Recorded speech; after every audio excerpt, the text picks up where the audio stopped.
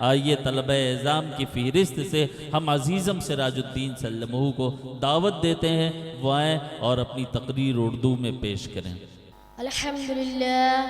الحمدللہ انزل الفرقان علی عبدہ والصلاة والسلام علی محمد سیدنا وعلی آلہ واصحابہ اجمعین، اما بعد فاعوذ باللہ من الشیطان الرجیم، بسم اللہ الرحمن الرحیم۔ ان هذا القرآن يهدي للتي هي اقوم، صدق اللہ العظیم۔ میرے واجب الاحترام حضرات، اساتذہ کرام، علماء کرام اور میرے ہم مکتب ساتھیوں اور مجمع میں بیٹھے ہوئے نوجوانوں، سرپرست حضرات، السلام علیکم ورحمۃ اللہ وبرکاتہ۔ وعلیکم السلام ورحمۃ اللہ وبرکاتہ۔ آج میں آپ کے سامنے جس موضوع پر لفظ کرنا چاہتا ہوں وہ ہے عظمت قرآن۔ قرآن مجید و عظمت والی کتاب ہے جس کے اندر کسی شک و شبہ کی گنجائش نہیں۔ قرآن مجید و عظمت والی کتاب ہے جو ہمارے لیے رہبر ہے۔ قرآن مجید جس ذات کی طرف سے نازل ہوا وہ ایسی ذات ہے، اس ذات کے علاوہ کوئی عبادت کے لائق نہیں، وحدہ لا شریک لہ کی ذات ہے۔ قرآن مجید جس پیغمبر پر اترا اور ایسا پیغمبر ہے، تمام انبیاء کا سردار ہے کہ جن کی پوری زندگی میں پوری انسانیت کے لیے زندگی گزارنے کا نمونہ موجود ہے۔ قرآن مجید جو فرشتہ لے کر آیا وہ تمام فرشتوں کا سردار ہے، اور ایسا فرشتہ ہے رب کائنات کے نزدیک مرتبے والا ہے۔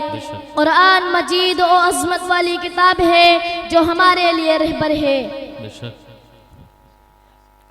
قرآن مجید وہ عظمت والی کتاب ہے جو حق و باطل کے درمیان فرق کرتی ہے۔ پھر کیوں نہ کہوں یا الہی تو ہمیں عامل قرآن کر دے، آمین۔ نیچے رکھ دیں بھائی۔ یا الہی تو ہمیں عامل قرآن کر دے، پھر نئے سرے سے مسلمان کو مسلمان کر دے۔ بہت اچھا۔ سامعین اکرام، اب ذرا اسلاف سے قرآن کریم کی عظمت معلوم کرتے ہیں۔ کسی نے اعظم ابو حنیفہ رحمۃ اللہ علیہ سے پوچھا، امام صاحب آپ نے قرآن کو کیسا پایا؟ انہوں نے کہا میں اب تک قرآن مجید سے ہزاروں مسائل نکال چکا ہوں مگر ابھی بھی قرآن کا معنی پورا نہیں ہوا۔ کسی نے امام غزالی سے پوچھا، امام صاحب آپ نے قرآن کو کیسا پایا؟ امام صاحب نے عجیب بات کہی، انہوں نے کہا قرآن مجید آسان بھی ہے مشکل بھی ہے۔ آسان تو اتنا ہے کہ 8 سال بچے کے سینے میں اتر جاتا ہے، محفوظ ہو جاتا ہے۔ مشکل تو اتنا ہے کہ 1400 سال سے علماء، مفتیان، مفسرین قرآن میں غوطہ زن ہے لیکن کوئی بھی اس موتی کو حاصل کرنے میں کامیاب نہیں ہو سکا۔ کسی نے امام احمد بن حنبل سے پوچھا، امام صاحب آپ نے قرآن کو کیسا پایا؟ امام صاحب نے عجیب بات کہی، انہوں نے کہا میں خواب میں اللہ کی زیارت کی، اللہ سے میں نے پوچھا اے اللہ تجھے سب سے محبوب چیز کون سی ہے؟ جواب ملا قرآن۔ پھر میں نے پوچھا سمجھ کر پڑھے تب تجھے پسند یا بغیر سمجھے پڑھے تب تجھے پسند؟ جواب ملا اے احمد تو جو کچھ سمجھ کر پڑھتا ہے تب بھی مجھے پسند یا بغیر سمجھے پڑھتا ہے تب بھی مجھے پسند۔ شعر کہنے پر مجبور ہو گیا، شعر کہنے پر مجبور ہو گیا، پڑھنا بھی ہے ثواب تو سننا ثواب ہے، پڑھنا بھی ہے ثواب تو سننا ثواب ہے۔ قرآن پاک ایسی مقدس کتاب ہے۔ حضرت عمر تو پڑھتے ہی مسرور ہو گئے، حضرت عمر تو پڑھتے ہی مسرور ہو گئے، ڈاکٹر شمیم صاحب کہنے پر مجبور ہو گئے۔ ہندی میں ایک تقریر سماعت کرتے ہیں عزیزم محمد حذیفہ سلمہ جو متعلم ہے مدرسہ مخزن العلوم کے۔ نحمده ونصلي على رسوله الكريم، قال الله تبارك وتعالى وما أرسلناك إلا رحمة للعالمين۔ آدرणी अध्यक्ष महोदय, गुरुजन मंच पर उपस्थित सभी अतिथि और सभा में उपस्थित सज्जनों, मित्रों एवं पर्दे में उपस्थित माताओं और बहनों, अस्सलामु अलैकुम। वालेकुम अस्सलाम व रहमतुल्लाहि व बरकातहू। आज के इस दस्तारबंदी कार्यक्रम के अंतर्गत इस सभा के माध्यम से अंतिम संदेश हजरत मोहम्मद सल्लल्लाहु अलैहि वसल्लम के चरित्र और उनके आचरण के विषय में कुछ प्रस्तुत करना चाहता हूँ। इरशाद। सर्वशक्तिमान ईश्वर ने इस संसार में बहुत सी वस्तुएं बनाई बेशक।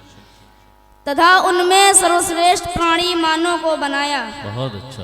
और मानव जात में सर्वश्रेष्ठ इष्ट दूतों को बनाया तथा इष्ट दूतों में सर्वश्रेष्ठ मोहम्मद सल्लल्लाहु अलैहि वसल्लम को बनाया। आहा। आप सल्लल्लाहु अलैहि वसल्लम संपूर्ण मानव जात के लिए मार्गदर्शक व आदर्श हैं। आप सल्लल्लाहु अलैहि वसल्लम के चरित्र व आचरण ऐसे हैं कि हर कोई आप पर मुग्ध हो जाता है। यहाँ तक कि अंग्रेज कहते हैं कि मोहम्मद सल्लल्लाहु अलैहि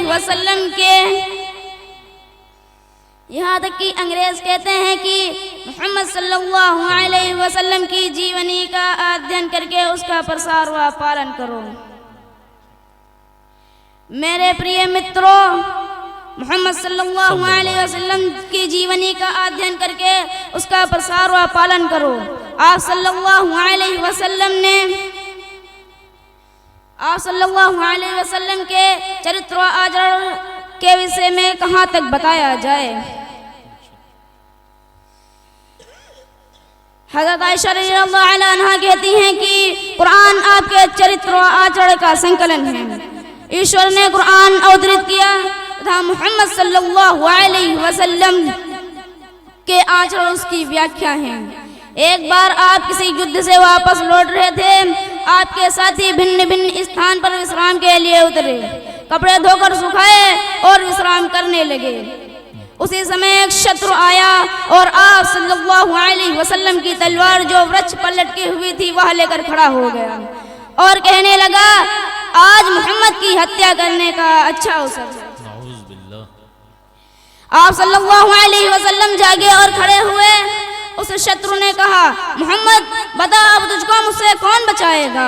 आप सल्लल्लाहु अलैहि वसल्लम ने शालीनता पूर्वक उत्तर दिया, अल्लाह। आप सल्लल्लाहु अलैहि वसल्लम का उत्तर सुनकर वह थर-थर कांपने लगा और तलवार हाथ से छूट गई।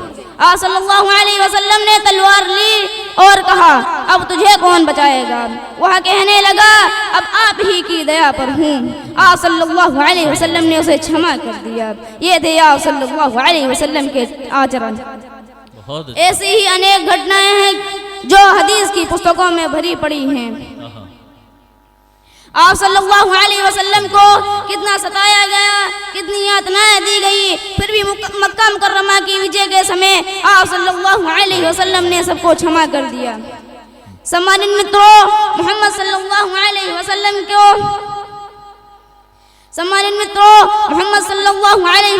की जीवनी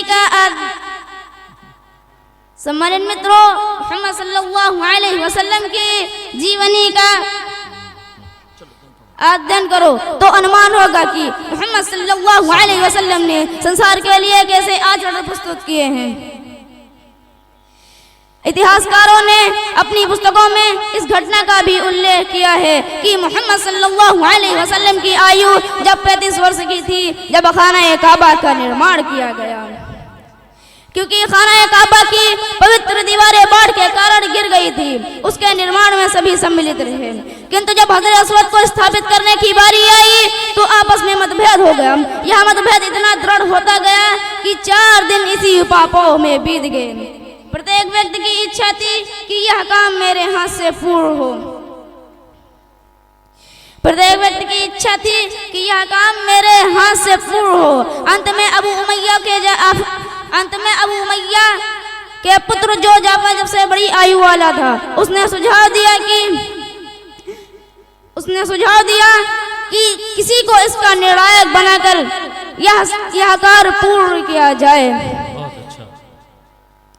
सभी ने उसकी राय पर सहमति प्रकट की और यह बात तय हुई कि सर्वप्रथम हरम में जो व्यक्ति सर्वप्रथम हरम में प्रवेश करेगा वही इसका निर्णायक होगा। ईश्वर से प्रार्थना है कि हमें और आप सभी को आप सल्लल्लाहु अलैहि वसल्लम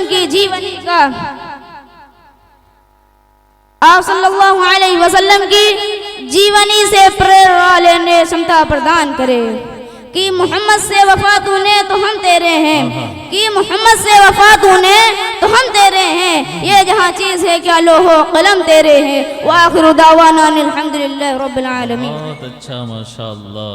बाराबंकी और सीतापुर नहीं बल्कि पूरे मुल्क के अंदर अपना डंका बजाएंगे, अपनी सलाहियत का लोहा मनवाएंगे इंशाअल्लाहुल अज़ीज़। आइए मदरसे का तराना समाप्त करते हैं।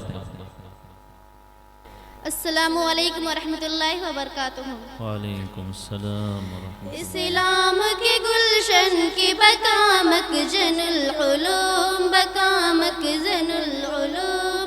इस्लाम के गुलशन की बकामक जनुल उलूम, बकामक जनुल उलूम। मिसले गुलाब बन के खिला मखजनुल उलूम, मिसले गुलाब बन के खिला मखजनुल उलूम। जीने का सलीका मेरे दिल को सिखा दिया, मेरे दिल को सिखा दिया। जीने का सलीका मेरे दिल को सिखा दिया, मेरे दिल को सिखा दिया। जब से मेरी बस्ती में खुला मखजनुल उलूम, बहुत उम्दा बेशक। बस्ती में खुला मखजनुल अल्हम्दुलिल्लाह अल्हम्दुलिल्लाह। इस्लाम के चमन में खिजा नहीं सकती, खिजा नहीं सकती।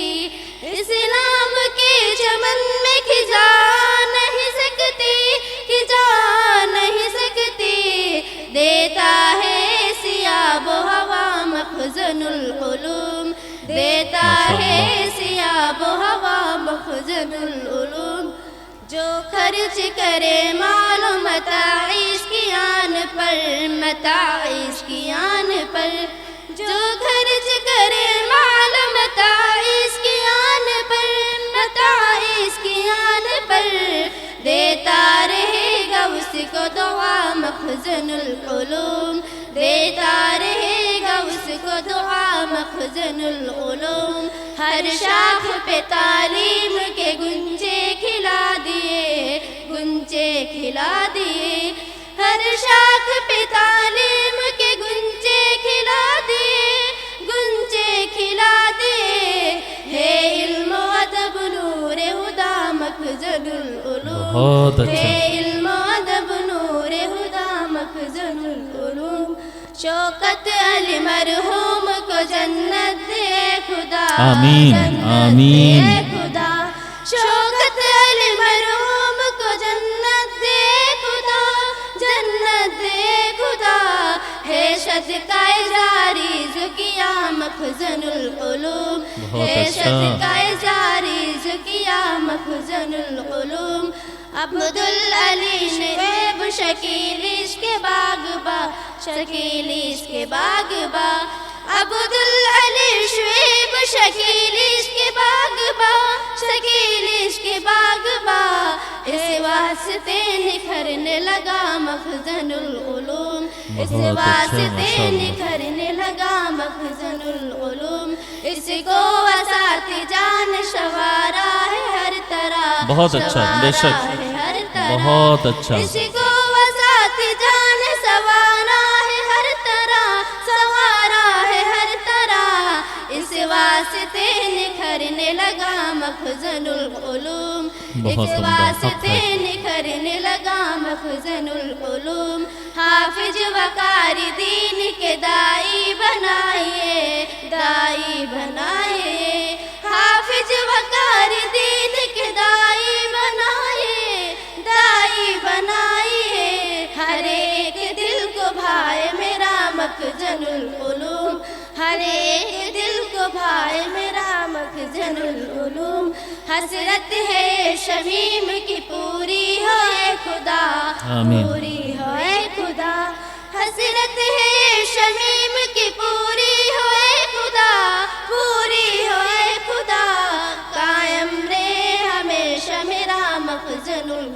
آمین۔ قائم رہے ہمیشہ میرا مخزن العلوم، اسلام کے گلشن کی بقا مخزن العلوم۔ الحمد لله وقف والسلام على عباده الذين اصطفى أما بعد أعوذ بالله من الشيطان الرجيم بسم الله الرحمن الرحيم هن لباس لكم وأنتم لباس لهن صدق الله العظيم۔ قابل احترام صدر محفل معزز شامعین اکرام، السلام علیکم ورحمۃ اللہ وبرکاتہ۔ وعلیکم السلام۔ آج کی اس محفل میں میری تقریر کا عنوان ہے اسلام میں خواتین کی عزت و عفت کا تحفظ۔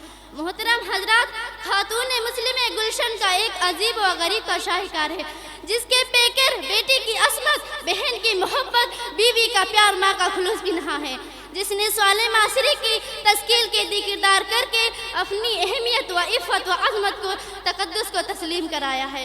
اور ایک مسلمہ حقیقت یہ ہے کہ دنیا کے ہر بڑے انسان کی پرورش و پرداخت کر کے عورت ہی کی قدوس فرما نظر آتی ہے۔